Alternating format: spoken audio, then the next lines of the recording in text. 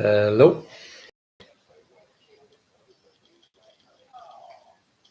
Hi everyone, I think we're live there. I'm just waiting for a second for sound.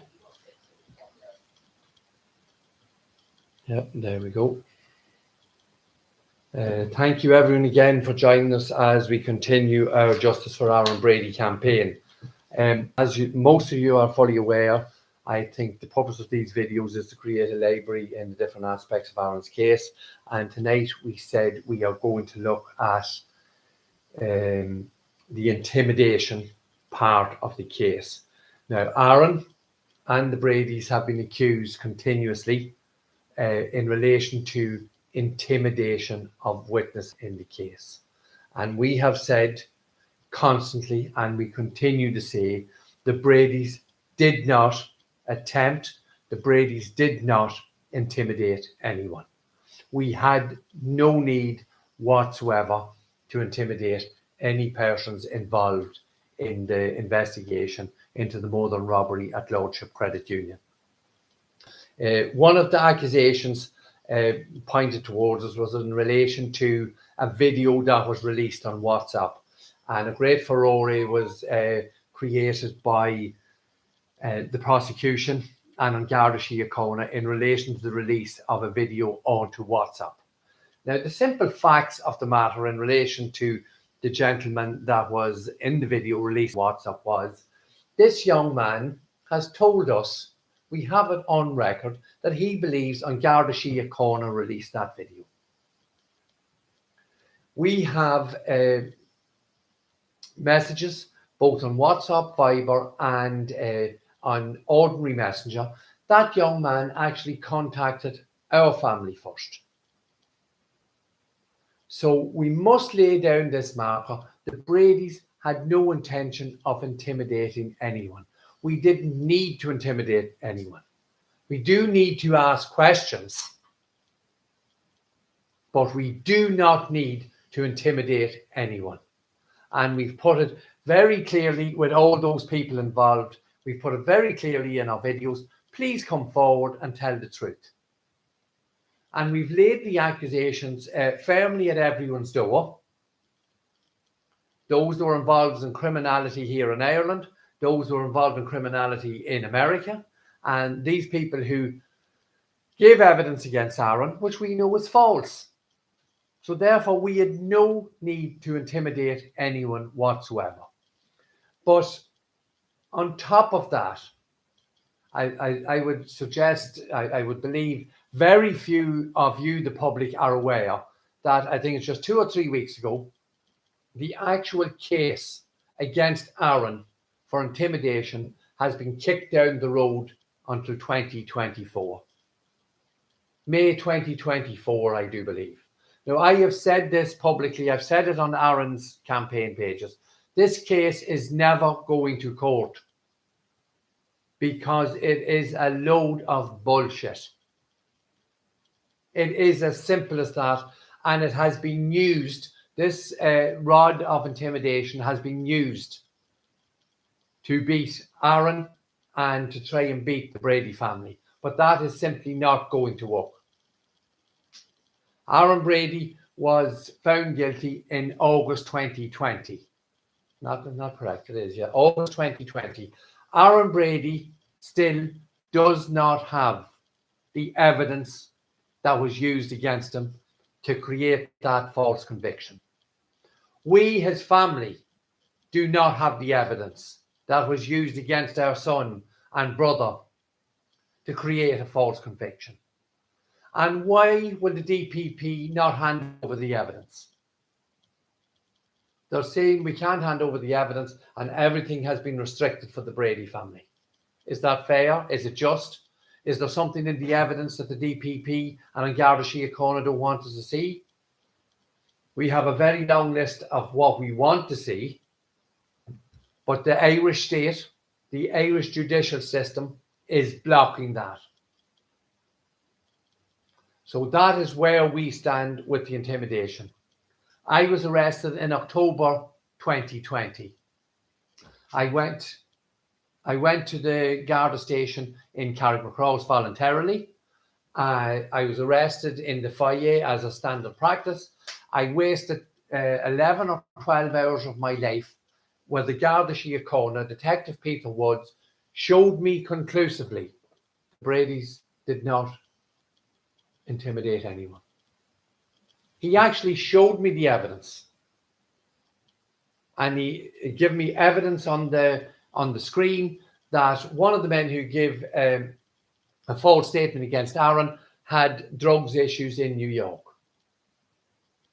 So that was the sum total of the 11 or 12 hours I spent with Garda Síochána in the Garda station in Carrickmacross.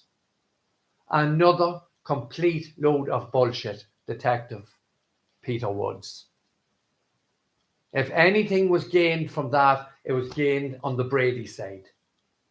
Because you showed us quite clearly the details of when the video was released and actual evidence that one of the people who give statements against Aaron had drugs issues, was an illegal immigrant, had an extradition warrant, and he's still in America. How does that work? So that's the intimidation in relation to the Bradys. I will say once again, I will repeat once again, the Bradys intimidated nobody. We did not want to intimidate anyone. We have no reason to intimidate anyone. And from the outset, we can say clearly, nobody, no one on the planet Earth put in a complaint against the Bradys. This was totally manufactured by the DPP and Garda Síochána. So that is the story in relation to the intimidation that has been alleged against us, the Brady family and Aaron. But if we want to look at the flip side of this, who actually was intimidating witnesses? We've created a number of videos in relation to intimidation, and you'll see the list below this live video, and it'll give you some idea into the scope of depravity of the likes of Senior Investigating Officer Mark Phillips, his sidekick Detective Jim McGovern, and the Mark Phillips want-to-be Paul Gill, and how these people intimidated witnesses. We have Detective Mark Phillips, Detective Jim McGovern, and Detective Paul Gill intimidated a young man called Anthony, who was a criminal here in Ireland, was living in New York. He was an illegal immigrant. And how do we know he was intimidated? He actually went to his lawyer in New York. He went to his lawyer in New York, got his lawyer to draw up to the Irish authorities, said he didn't want to have anything more to do with the Aaron Brady case because he was put under severe duress by the Irish authorities. And Senior Prosecution Counsel, Mr. Brendan Graham, decided that it wasn't relevant. And this is on the back of several months of discussions about the activities of Homeland Security agent going around offering inducements and freedom of New York City to other suspects in the murder. And Brendan Graham didn't see it relevant. The threads of depravity, the threads of inducements, the threads of intimidation by the Irish state are clear. It's not like the case the Irish state and the Irish prosecution are putting forward at the moment, little threads to try and create a fake story. We have no threads. These are ropes. It's written. There's evidence there. But one leads to the other and shows clear collusion, corruption, and intimidation by the Irish authority. We have detectives Paul Gill and Mark Phillips, who we have been told intimidated Ronan. Brendan Graham stood up in court and said these people were great people to come forward and do the right thing. We have full disclosure from Ronan of how he was arrested by SUVs, thrown into the back of an SUV with Mark Phillips and Paul Gill, and told, you're going home, you're never going to see your wife and child again if you don't give a statement. And indeed, as and when the time is right and a statement is seen, the absolute ridiculousness of the statement will be there for everyone to see. So there's intimidation. I don't know whether Brendan Graham was kept like a mushroom, they kept in the dark and kept feeding him manure. But I do believe that would be an easy out for Brendan Graham.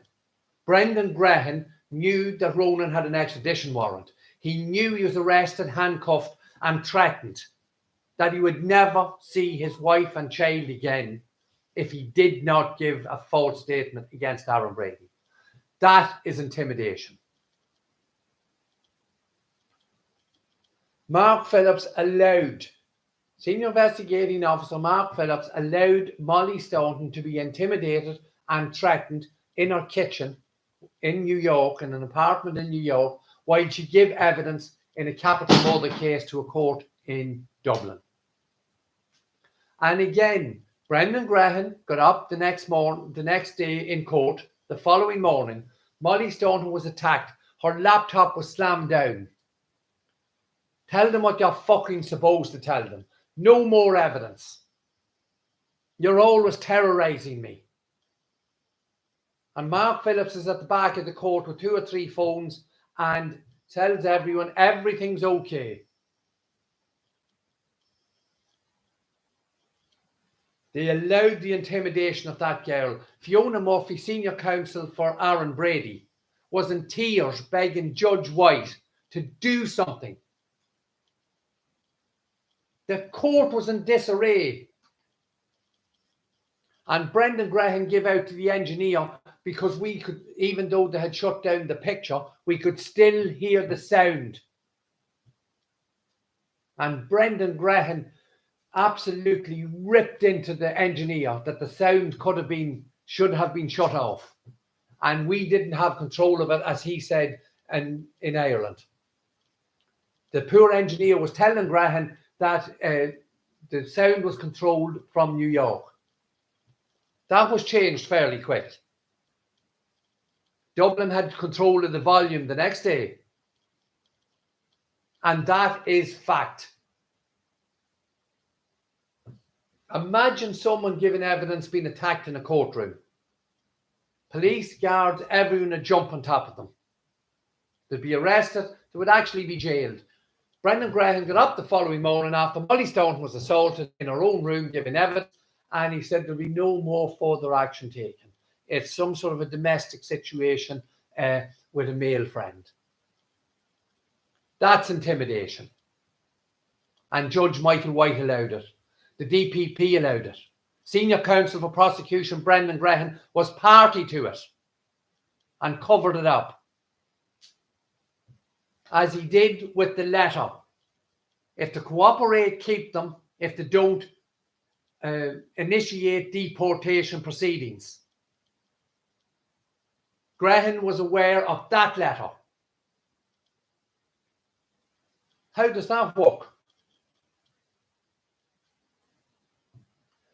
Detective Keiran Reidy, we've spoken about this, sat with a young girl in a cell on his own, a cell in a police station in Boston, and tried to did intimidate her into giving false statements against one of the brothers, as they were known in Boston, and all of a sudden that brother's not a suspect anymore anyway. Because we came across the CCTV footage and the testimony from his girlfriend here in Ireland that he was nowhere near the car park at Lordship Credit Union. But Keiran Reidy, and I've explained this, a short, obese, red-faced, middle-aged man in a cell with a young girl. No recording, no supervision, nothing. That happened, and the Irish Garda Síochána were part of it. That's intimidation.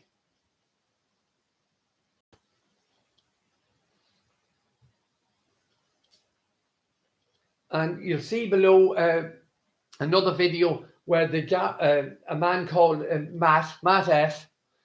was intimidated. He was told he was going to go to prison for 25 years for harbouring a known IRA member.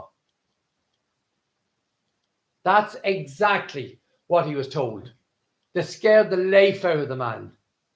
He got offered having drugs, a serious amount of prescription drugs. He got offered having cocaine. They threatened him with 25 years in jail. And then they showed him newspapers with Keiran Reidy in it. That's intimidation. Matt Katske was there. The Irish guards were there when this happened in Boston. We have it on video, the man telling exactly what happened to him.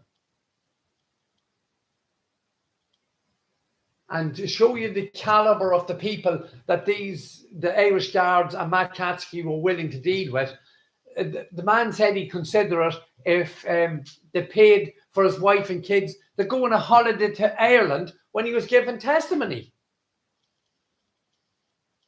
This happened in the Keiran Reidy case.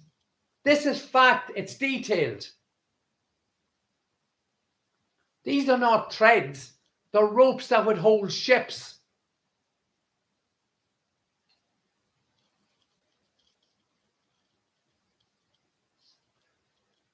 And then to back all this up, and we have other people who have told us when the paper was slipped in front of them on the table at the interview room.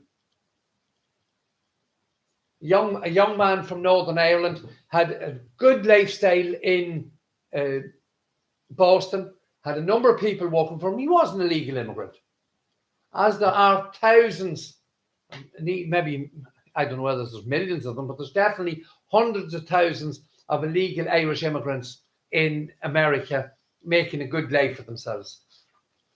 Mark Phillips gave that young man the opportunity to stay in Boston. Just say the brothers said something at the bar in the football club, and you can stay. That's the scumbag work our Irish Gardaí were at in Boston. And I've said this in the videos you'll see below. The young man seriously considered it. He told me himself. But he didn't do it. Next thing you know, he's in the back of an SUV and he's back now doing his construction work in the freezing cold and wet in Northern Ireland, in the northwest of Ireland. And we have a full litany of the inducements that was given to these people. We have the text message from Christopher the Layer's friend. I knew he got something. I didn't think he got that much. Someone suggested that he got $100,000. But his friend that he drinks with continuously says, I knew he got something. This is Christopher the Layer. He knew Christopher the Layer got something. He just didn't think it was as much as 100,000. But obviously, Christopher the Layer was a criminal here in Ireland. He was wanted for a number of offences. He's still in America. He's running a bar. He would appear to be a partner in a bar. And once again, we see a situation where all these things have been, our mainstream media have missed all these things. We have 200 videos out there with a lot of this information. A lot of it's in the public record. Has any of them printed it? No, I'm afraid not. They are being censored and they are censoring what you, the Irish public, are entitled to. So that's where we are with intimidation. Aaron and ourselves don't have that much information of the evidence that was used against Aaron, the false evidence that was used against Aaron during the course of his trial. It's absolutely disgusting. What are you afraid of? What are the Irish authorities afraid of that they won't give the evidence they used to get a conviction? So I've ran through some of them. There are more issues we'll probably cover in the videos below. Please take the time to have a look at them. And please take the time to understand We had no reason to intimidate anyone. We had no reason to put anyone under pressure. But we have a right to ask Christopher the lawyer, come forward and tell the truth. Anthony, come forward, tell the truth. Ronan, come forward, tell the truth. Daniel Cahill, come forward and tell the truth. At some stage, the truth will have to come from your lips. And that's a whole nother video, inducements and intimidation in relation to Daniel Cahill. And the inducements he got to tell a tissue of lies against our son. So once again, I don't think there's any questions, is there? Bum, bum, bum. That's it. Once again, thank you everyone so much for following the campaign. We had a visit with Aaron today and he's absolutely delighted. We said, we told him of the many birthday wishes he had on his social media pages. So thank you so much for that. It means a lot. Thank you to all the people who continue to watch, like, comment and share. And we as a family understand fully the situation so many people are in. But in the last 7 or 10 days, even while we've been in the CCJ in Dublin, in the courtrooms, friends and even family alike, people who have state jobs, people who are working in the state, like as I say, even in the courtroom, people are afraid to like, comment or share the videos. And we understand that fully. We understand that fully, but I hope it gives just a little taste of the state we're living in. Because we have always said, if you like, comment and share, we hope you are giving us support to say, listen, there's something wrong here. We've never asked you, the Irish public, to presume innocence or guilt. And I hope you understand that. Again, we're having serious issues with our social media sites being shadowed and attacked and blurred and blocked in different directions. And as far as I'm aware, if we can get more subscribers and whatever, we can override that. The algorithms can help fight against that. So please continue to like, comment, as we would like. We're in court every day with the ongoing court case, and it is ongoing. I notice, I think all this week, our journalists are missing. Mr. Dixon, or what's his name? Dixon? Dylan, Schiller, Reynolds, all missing. We have 2 men on trial for robbery at Lordship Credit Union, where Detective Garda Adrian Donoghue brutally lost his life. And not one mainstream journalist to report on it. Now, a lot of what we're going through in court is very mundane, but I would say a lot of what has been even, shall we say, tried thus far was worthy of some form of media coverage. And again, we say there's something seriously wrong when you see the way the media is treating this case.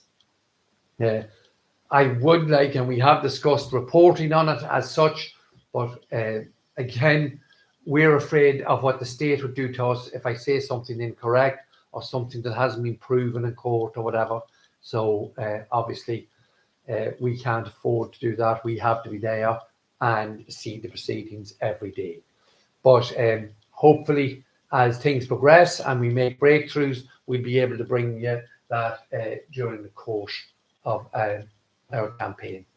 Once again, thank you for logging in, like, comment and share.